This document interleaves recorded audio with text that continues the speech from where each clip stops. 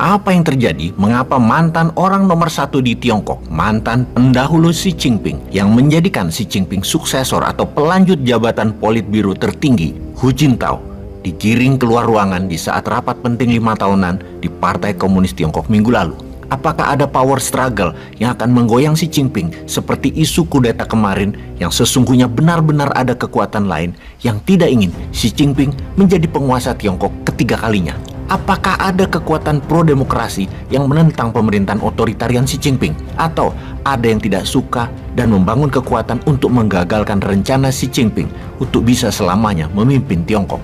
Kita kembali perhatikan apa yang video pertontonkan di mana Hu Jintao tidak diizinkan untuk melihat map merah yang berada di depan mejanya oleh petinggi yang berada di sisi kirinya.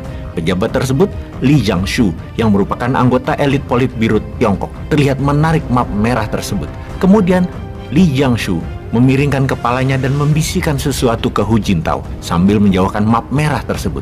Li agaknya tidak mengizinkan Hu Jintao untuk melihat dan membaca map tersebut. Tak lama kemudian, Xi Jinping menatap jauh ke ajudannya dan membisikkan memerintahkan sesuatu. Tak lama kemudian, ajudan Xi Jinping berdiskusi singkat kepada Hu Jintao yang diangkat tangan kanan Hu Jintao untuk digiring, dibawa keluar.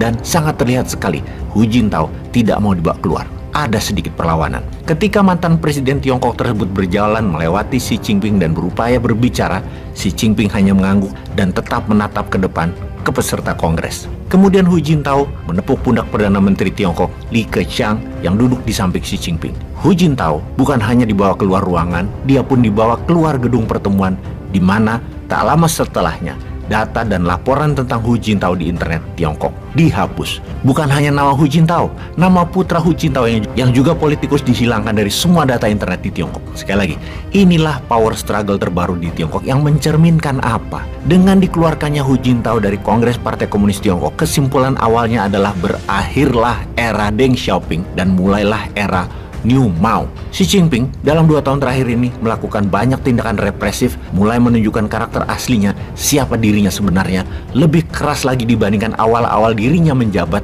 yang membantai banyak koruptor yang sesungguhnya membantai lawan politiknya yang memang terbukti korupsi. 2 tahun terakhir dia memuluskan jabatan seumur hidup dan memenuhi ambisinya untuk menjadikan Tiongkok negara pusat dunia. Maka 2.000 anggota Politbiro yang hadir di Kongres Partai Komunis Tiongkok yang mengendalikan 69 juta anggotanya, yang mengendalikan 1,4 miliar penduduk Tiongkok, harus satu suara taat buta pada Xi Jinping. Dan kali ini bahkan tidak ada pejabat wanita di jabatan tertinggi Politbiro. Dengan tindakan represif, kuncinya adalah partai memegang kendali ekonomi Tiongkok dengan pihak swasta besar dipartai-komuniskan kepemilikan sebagian saham hingga sebagian besar kepemilikan sahamnya dimiliki Partai Komunis. Bahkan seorang Jack Ma pun sampai terdiam dimiskinkan karena menantang Xi Jinping. Salah satu strategi bengisnya Tiongkok dengan tidak adanya agama, maka genocide nggak ada konsekuensi transendentalnya. Disembelih aja lawan politiknya. Emang gue pikirin. Jadi bagi Indonesia, inilah yang harus kalian ingat dan sadar sebagai generasi muda. Generasi muda Indonesia harus sadar dan paham akan bahaya laten komunis Tiongkok yang dikemas dalam ekonomi, dalam strategi bernegara mau baru yang dapat mengancam demokrasi yang sedang kita nikmati saat ini. Jangan meremehkan komunisme mau baru. Jangan remehkan otoritarian penguasa mutlak tanpa oposisi.